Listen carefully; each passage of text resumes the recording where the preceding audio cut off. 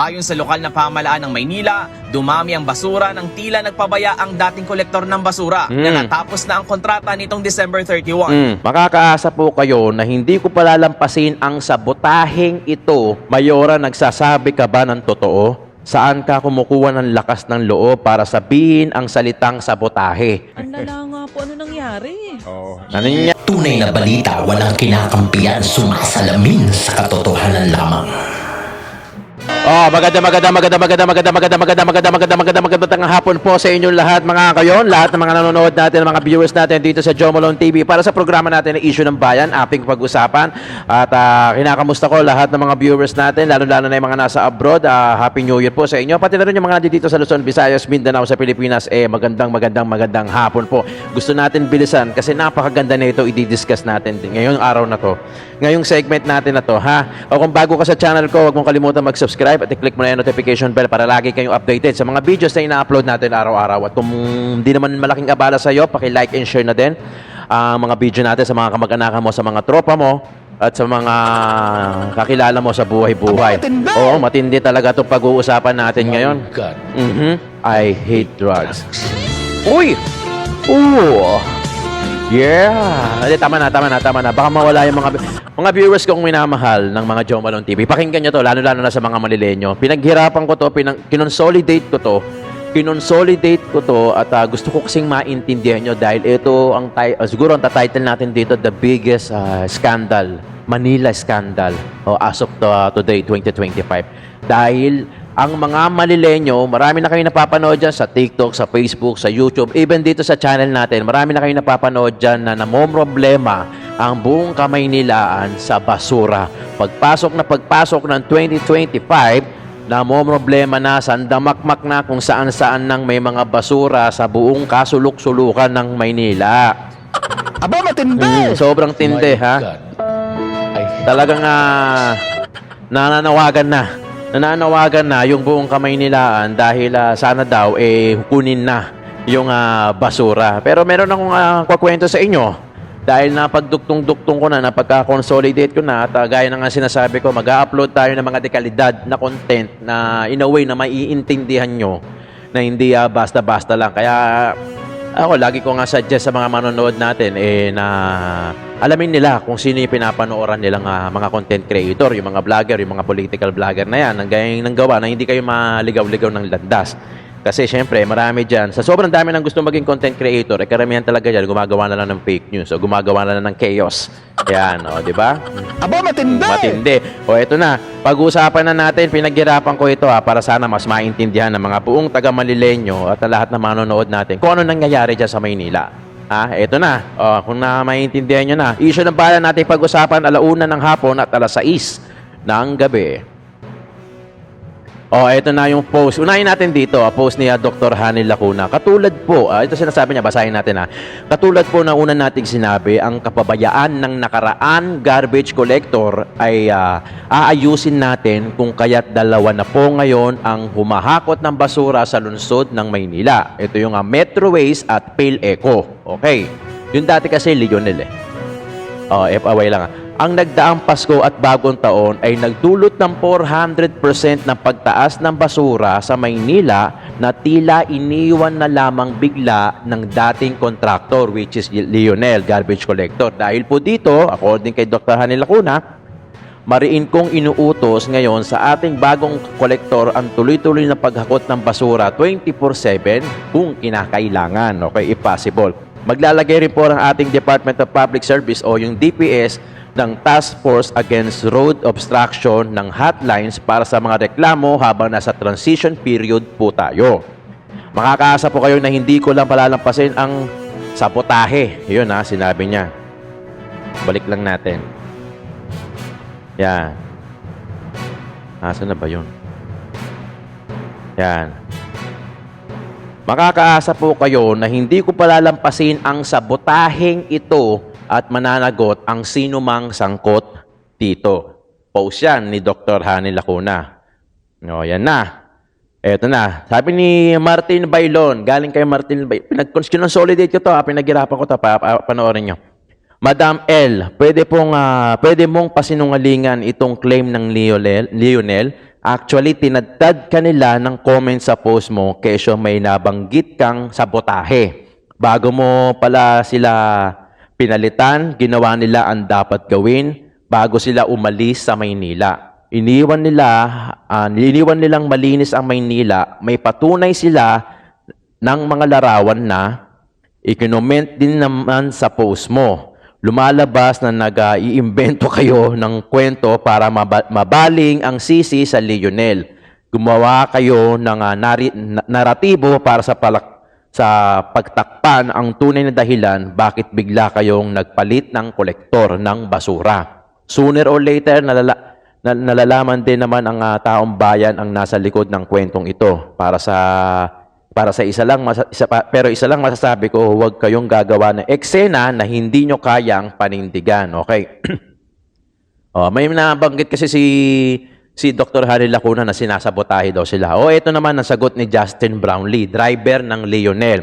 Wow, Mayora, nagsasabi ka ba ng totoo? Saan ka kumukuha ng lakas ng loob para sabihin ang salitang sabotahe? Kung alam mo lang, Mayora. December 31, 2024, ang huling biyahe namin dyan, isa ako sa driver ng Lionel na nagpakabagot sa biyahe.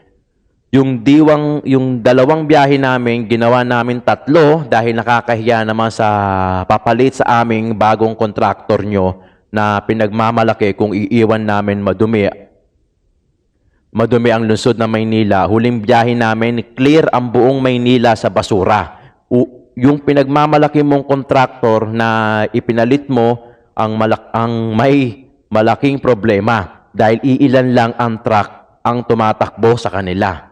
PhilEco, walang truck. Wala pa atang 10 yung tumatakbo. Metroways, madaming truck, karamihan sira at kulang sa tao. Dapat pawang katotohanan lang po ang i-report natin sa bayan. Sa bagay, ilang buwan lang naman yan at sigurado babalik din ang taga Lionel dyan para panatiliin ang kalinisan. God first. Okay.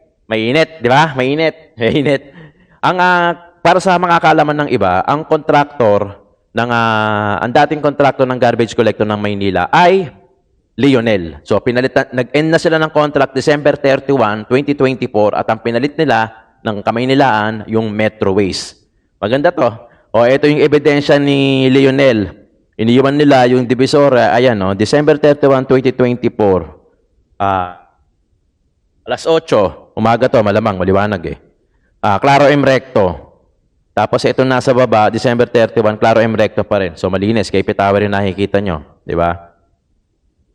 Meron pa bang picture?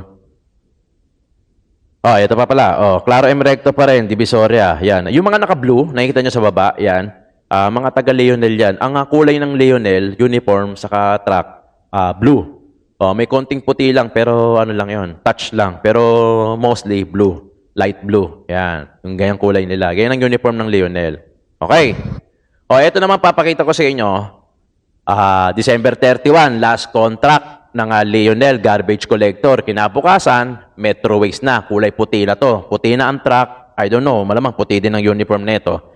Ito naman yung video galing kay Kalsada TV, January 1, 2025. Remember, ang huling hakot ni Lionel, umaga kasi yung kuha ng basura umaga kasi ang kuha ng basura. Imposibleng babalik na yan ng gabi. Dapat yan, kinabukasan na.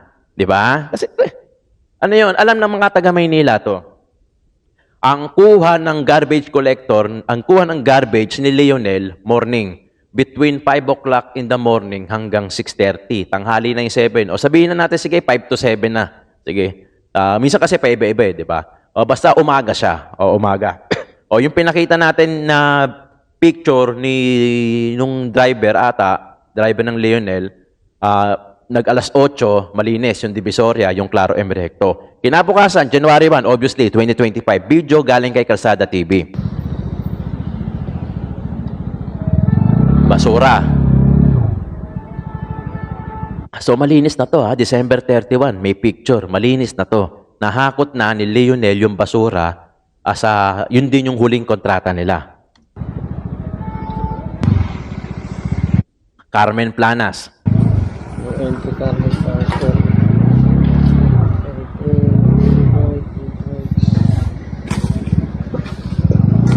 Grabe naman nangyari dyan, no? Grabe. Di makasagot eh, oh.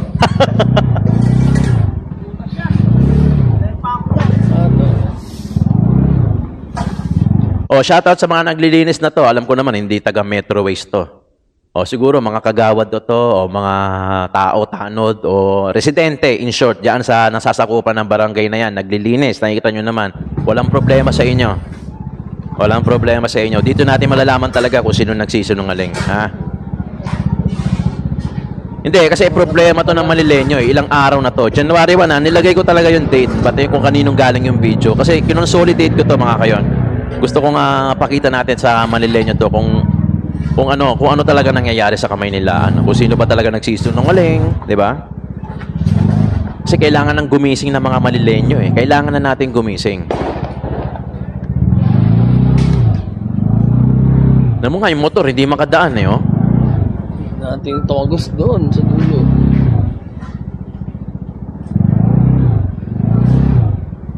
Oh, di ba? Hindi makadaan sa sobrang dami. Na-vlog ko na to na nakaraan pero mas consolidated lang ngayon at mas precise ngayon dahil nakuha ko na yung mga iba't ibang story. Remember, ito yung lagi ko sinasabi, di ba? Hindi lang isang source yung pinagkukuhaan na natin. Kumukuha tayo ng iba't ibang source. Nang sa ganon, makonsolidate natin and at the same time, maipaliwanag natin ng maayos. Ang kulang na lang dito, yung paliwanag ni Mayor Hanel Lacuna.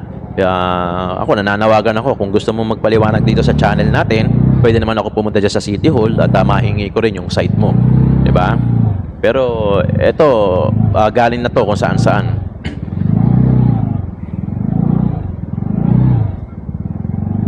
Okay, sobrang dami ng basura. Obviously, kasi January 1 eh. Basura to ng hapon.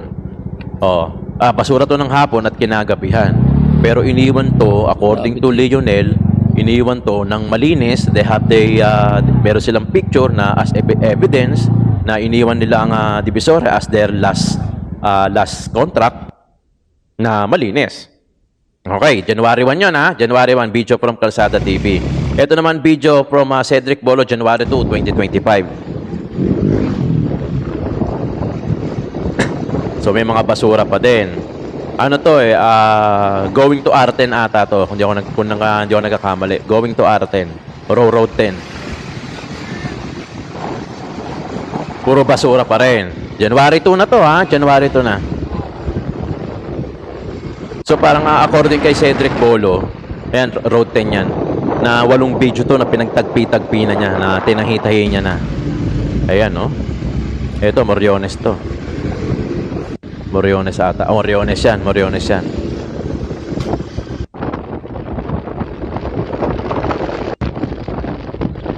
Bawat kanto may mga basura. Ito naman galing kay Ma'am Shiko. January 4 na to. Ilang araw na, ha? Ayun, basura. Subscribe nyo na lang yung mga lumalabas na mga vlogger na to. Calzada TV, Cedric Bolo, Ma'am Shiko, yan. Mga pinagkukuha natin ng video yan. Ayan, thank you sa inyo, ha? Ayan. January 4 na to. Kanina. Yes. Kanina. How to record a song with your phone. Aba, matindi! Sobrang tindi, di ba? My God. Ano naman to? Ugbo. To Velasco. To Velasquez. Yan. Ano to? Velasquez to.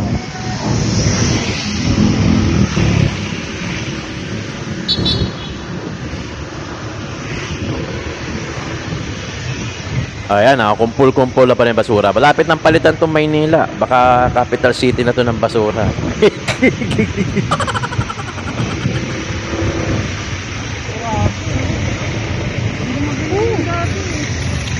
Alam mo, marami pang picture. Hindi ko na maisama kasi sobrang dami.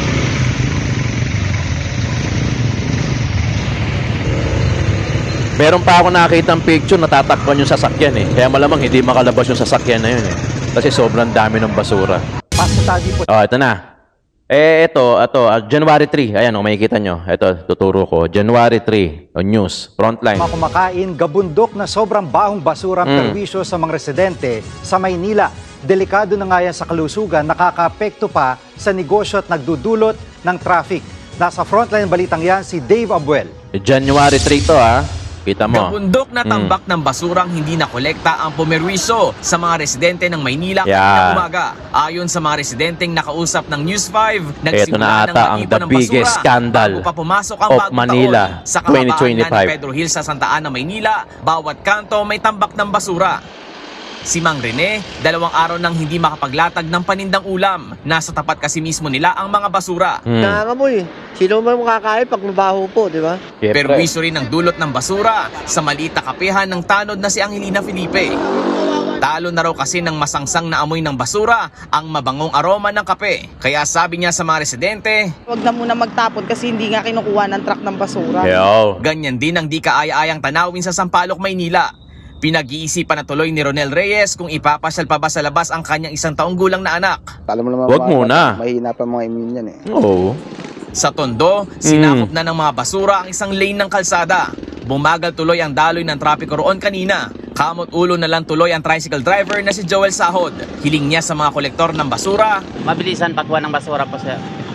Para hindi naman makabala sa traffic. Yo. Sa isang pamilyan sa San Andres Bukid, sako-sakong basura ng buko na ipinangsala dito Yeah. holidays ang naghihintay rin na makuha ng truck ng basura. Dito sa Onyx Street, sa mismong kalsada na itinambak ng mga residente ang kanilang mga basura. Ang tanong nila ngayon, kailan kaya ito mahahakot? Ayon sa lokal na pamahalaan ng Maynila, dumami ang basura ng tila nagpabaya ang dating kolektor ng basura na natapos na ang kontrata nitong December 31. Iniwan umano nito ang basura ng handang Pasko at Bagong Taon. Ito po ay sinalo na nung panibago nating service provider. Sinalo na. Including those na lahat ng nakolekta ng January 1. Naging 4 times the regular collection natin. Puspusan na raw ang pagkolekta ngayon ng 71 truck mula sa 2 bagong service provider para mayalis na ang lahat ng mga basura. Sinubukan ng News 5 na kunin ang panig ng dating kolektor ng basura sa Maynila pero hindi mo na sila nagpa-unlock ng pahayag. Oh, eto na. Babalikan ulit natin yon. Kasi nga sinasabi ni Dr. Hani Lacuna, ang kasalukuyang mayor ng Kamaynilaan, na parang sinabotahe daw siya at aalamin daw niya at pananagutin daw niya kung sino yung nagsabotahe sa kanya. Balikan natin ulit to. According kay Justin Brownlee, Mayor, Mayor, Mayora, nagsasabi ka ba ng totoo? Saan ka kumukuha ng lakas ng loob para sabihin ang salitang sabotahe? Kung alam mo lang, Mayora, December 31, 2024, ang huling biyahe namin dyan. Isa ako sa mga driver ng Lionel. Nagpapakapagod sa biyahe. Yung 2 biyahe namin, ginawa namin 3 dahil nakakaya naman sa papalit sa amin. Bagong kontraktor nyo na pinagmamalaki. Kung iniwan naming madumi ang lungsod ng Maynila. Huling biyahe namin, clear ang buong Maynila at sa basura. Yung pinagmamalaki mong kontraktor na ipinalit mo ay may malaking problema dahil ilan lang yung mga truck nila na tumatakbo. PhilEco, walang truck, wala atang 10 ang tumatakbo. Metroways, madaming truck, karamihan sira at kulang sa tao. Dapat pawang katotohanan lamang po ang i-report nyo sa ating bayan. Sa bagay, ilang buwan lang naman yan at sigurado babalik din ang taga Lionel dyan sa panapat para tintiin malinis ang Maynila. God first. Ayan yung ebidensya niya, malinaw ha. Binalikan natin kasi, di ba? Kailangan na malinaw eh. Yan, tapos ito pa. Meron pa tayong video dito. Ito na pagdudugtong-dugtong natin para at least maliwanagan yung mga Kamaynilaan na hindi alam yung totoo, hindi aware kung bakit ang dami pa rin basura sa Kamaynilaan. Diba? Ito, balikan natin to. Ito, ang si Honorable Vice Mayor Joan Villapuerte. January 11 to 2023. Basta meron tong connection. Meron tong connection dito sa atin sa Kamaynilaan. 90s, mayroong sumikat na biro o joke tungkol sa lungsod ng Parañaque. Kapag ikaw daw ay nasa biyahe, sakay ng jeep, hindi mo kailangang sumilip sa bintana ng jeep na iyong sinasakyan para malaman kung nakarating ka na sa Parañaque. Bakit? Dahil oras na maamoy mo ang masangsang na simoy ng nabubulok na basura, malalaman mo agad na paniguradong nasa Parañaque ka na nga. Hindi ka lalagpas. Biro. kwento na marahil marami na sigurong hindi nakakaalala dahil 20 years ago pa ito. 20 years ago. Na kung maaalala ng iba, umusbong na biro o joke dahil sa matinding problema natin sa basura. Sorry, paumanhin sa mga Parañaqueño kung mabubuksan ko ulit itong sinasabi ni Honorable Joanna Villapuerte. Ewan ko kung siya pa rin ang Vice Mayor ngayon o baka Mayor na. O January 11 pa kasi ito, 2023. 20 years ago. Natuldukan ang problema ng mga Parañaqueños sa basura taong 2013. Sa pagpupo ni Edwin Olivares bilang mayor, nagdesisyon siyang kunin ang serbisyo ng isang professional garbage collector and hauler, ang Lionel Waste Management Corporation. Lionel. For the Kulay blue. first time noon, naranasan ng mga Parañaqueño na ang kumukolekta ng kanilang basura ay garbage compactor trucks. Yes. At may schedule ng garbage collection sa bawat lugar. Planado ang ruta at oras ng biyahe ng mga trucks ng basura. Yes. Mula sa mga villages at subdivisions, mission areas at mga commercial establishments, lahat nakokolektahan ng basura. Episyente, nasa oras, maayos ang trucks, at totoo namang may sistema ang serbisyo ng Lionel. In fairness. Dagdag pa rito, bukod na nagtayo ang korporasyon ng sarili nilang transfer station sa C5, mayroon ding sariling dump site or private sanitary landfill ang Lionel. 9 na taon nagserbisyo ang Lionel sa Parañaque. At sa 9 na taon na iyon mula 2013 hanggang December 31, 2022, masasabi po namin hindi lang pasado ang grado ng kanilang serbisyo, kundi very satisfactory naman ang kanilang performance. Anong basehan? Wala namang pinaparating na reklamo mula sa mga residente at negosyante patungkol sa issue ng basura nung kapanahonang Lionel pa ang naghahakot ng basura sa atin. Bilang mga nagseserbisyo sa gobyerno, mabigat na basehan ang reaksyon, komento at reklamo ng mga taong ating pinagsisilbihan. Bakit kailangan bigyan ng bigat ang reklamo ng tao? Dahil ang ibinabayad ng gobyernong ito sa kontrata ng paghahakot ng basura ay galing sa buwis ng tao.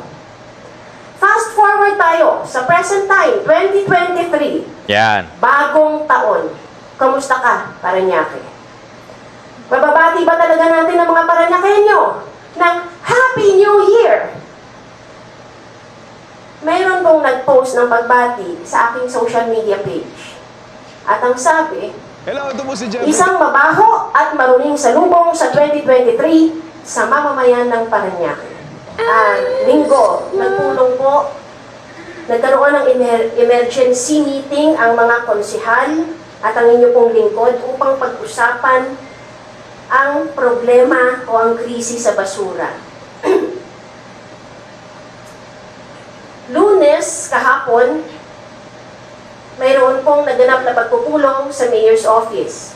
Ipinatawag ang inyo pong lingkod, ang Vice Mayor, ang ating Majority Floor Leader, Councilor Martin Santos, ang Chairman ng Committee on Environment, Councilor Jo Marie Iliana, at ang 16 na barangay kapitan kasama ang mga department heads, ang ating city administrator, ang ating head ng Sentro, Mark Besa, ang ating legal,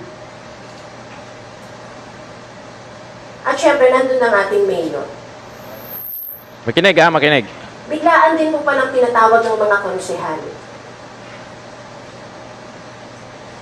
Sa kauna-unahang pagkakataon ay ipinakilala sa amin ang bagong kontraktor ng Parañaque sa basura, ang Metro Waste Solid Management Corporation. Yan yung ipinalit ni Mayora ngayon sa Maynila na garbage collector na ipinalit dito sa Lionel. Aba, matindi! Represented by its owner and president, Mr. Jerry Ching. Nagsalita ang lahat, pati ang mga kapitan tungkol sa sitwasyon at problema mga kakulangan sa paghakot ng basura, hindi akma at naglalakihang garbage trucks, maging ang pag-uugali ng mga paneros or garbage haulers. Nako! Habang dinidepensahan naman ni Mr. Ching Siyempre. ang kanyang serbisyo Oo. at ang kanyang kumpanya. Serbisyo nga ba o perwisyo? Perwisyo. Totoo man na ang mayor ang pumipili ng kontraktor ng basura. Pero Matuto kayo, ha? kailangan pa yatang gisingin sa Yes. masaklap na katotohanan itong si Metro Waste na ngayon pa lang ay bagsak na ang kanyang grado sa entrance exam pa lang. 2022 to Pagdating sa Parañaque. performance. Confident, malakas ang loob sumagot sa mga tanong. Eh yun naman pala kasi may kontrata na. Pirmado na ng mayor, Ay. December 27, 2022, inaward ng Bids and Awards Committee headed by the back chairman, headed attorney Voltaire de la Cruz. Sa gitna ng pagpupulong, hiningi ko po ang kontrata. Ang contract price na nasa kontrata ng Metro Waste ay 414,803,520 pesos. Mas mataas ang presyo ni Metro Waste kumpara kay Lionel. Ang huling kontrata ni Lionel ay naghahalagang 414,240,000. Ang tanong ko kay Mr. Ching, mas mataas pala ang presyo nyo kung ikukumpara kay Lionel. Eh hindi ba dapat lang na mas magaling, mas efficient, mas magandang serbisyo nyo kumpara kay Lionel?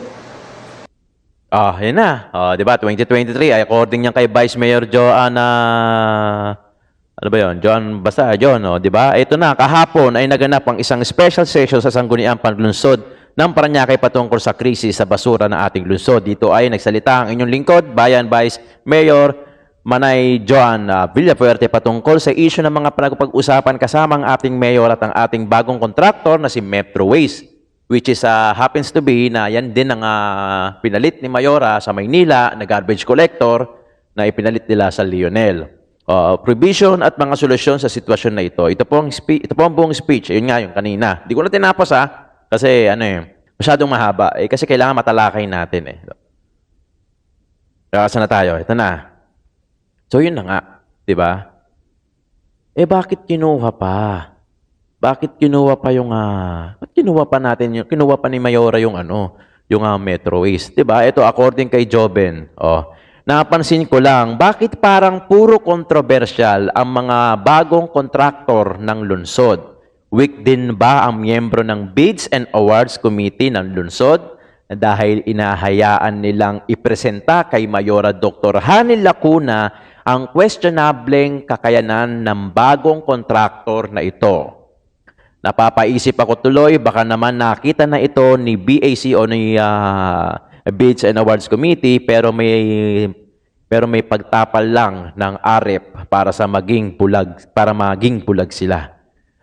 Sinusukan na ng ibang syudad itong si Metro Waste pero sa Maynila, welcome. Nagtatanong lang. Di ba? Tama ata talaga ang kanta. Money, LA, girl. Anong say mo? Changre. Ayun na. Di ba? Ayun ang sinasabi natin. Last na yan, kung di ako nagkakamali. Ay, meron pa pala. Ito yung January 2 lang, according kaya, ito sa Ted Pailon naman to. Grabe. Nananawagan na yung Manileño dahil sa sandamakmak na basura. Na sumikat na naman tuloy ang kamay nila at na topic na naman sa Ted Pailon kasama si DJ Chacha. Panoorin natin. Grabe. May comment dito kanina nananawagan dyan daw sa Maynila. January 2, araw na daw na walang nangungulekta ng basura. Oo. So sila daw ay nananawagan. Manawagan sa akin, di man ako mayor niyan Kay Mayor Honey Lacuna sila nananawagan. Binanggit niya. Asa ba mayor? Oo, si Mayor Honey. Pero tama yung sinasabi mo na gawin nga ako sa Maynila nitong nakaraan. Ang dumi po ngayon. Nagulat ako. Ang lala nga po. Ano nangyari? Ano nangyari? Ang dumi-dumi. Nandidimahid sa dumi. Opo. Dumi-dumi mo! Sa anggulo.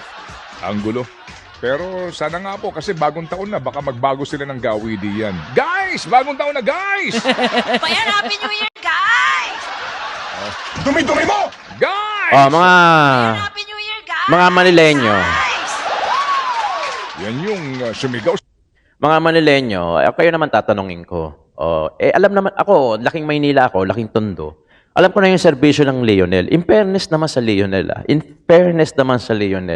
between 5 o'clock in the morning, bubusina na yan. 5 o'clock, 6 o'clock, o 7 o'clock, regardless kung ano oras. For as long na hindi sila pumapalya na kumuha ng basura natin, wala.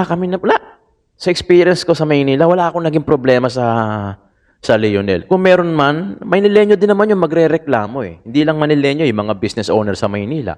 Tayong kapwa Maynila magre-reklamo kung meron talaga tayong nakikitang lapses ni Leonel. In fairness to Leonel, sa totoo lang, kung makakausap ko yung Leonel, ko congratulate ko pa. Sabi ko, in fairness sasabihin ko pa sa kanila, job well done. Diba? O ngayon, nakita nyo na yung sinabi ni Dr. Hanel Lacuna sa kanyang post, tapos sumagot si driver, merong picture. O ngayon, tapos yung January 1, 2, 3, 4, meron tayong video na yung mga basura. Ang sinasabi ni Mayora na sinabotahe daw siya, nandiyan na, at pananagutin daw niya yung nagsabotage sa kanya. May pumasok pa nga sa akin although hindi natin alam may pumasok pa nga na parang 8 buwan nang hindi nababayaran si Leonel. Ano lang yan Hindi ko alam. Kung mali ako, baka pwede niyo naman ako i-correct, di ba? O kung halimbawang 8 buwan na talagang hindi nababayaran si Leonel, halimbawa lang tapos na yung kontrata nila, pero kita nyo naman, may proof na umaga kasi ang pick-up Umaga kasi ang pick-up ng basura ni Leonel. So yung basura mo ng hapon at saka ng gabi, ipunin mo para sa kinabukasan na ulit yun. Yun yung nangyari. Kaya yung January 1 na dumoble, trumiple, kumadruple pa yung basura sa Kamaynilaan. Kaya kung ako tatanungin nyo, Maynila, Manileño, gising na, Gising na. Ginagawa mo, Ano bang ginagawa nyo dyan sa Kamaynilaan, nakakalungkot pero halos ito ata yung biggest at scandal ng ng Kamaynilaan, di ba? Yung tungkol sa basura. Yun na mga kayon. Kayo naman ang tatanungin ko. Bahala na kayo dyan sa comment section. Kayo na ang bahala sumuporta ng kung ano man yung kulang na sinabi ko. Kayo na ang bahalang sumuporta dyan sa comment section. Maraming salamat. Ito na naman, nagbibigay tayo ng reaction at konting kalampag. Konting kalampag sa Kamaynilaan at alam naman natin, di ba? Kung ano na mangyayari sa May 12, 2025. Kayo nang bahala dyan. Basta ako, Blue Hearts, yung sumisenyas ng ganito. Siyempre, wala nang iba. Isko Moreno. Wala nang dapat patunayan pa sa atin mga Manileño. Nakikita nyo yung post ko? Si Isko Moreno, kung tutuusin, wala na siyang dapat patunayan pa, lalong-lalo na sa ating Manileño. Dahil nagawa niya na halos lahat yung pinapangako pa lang ng iba. Maraming salamat, Joe Malone TV po, para sa programa natin na Issue ng Bayan, ating pag-usapan. God first.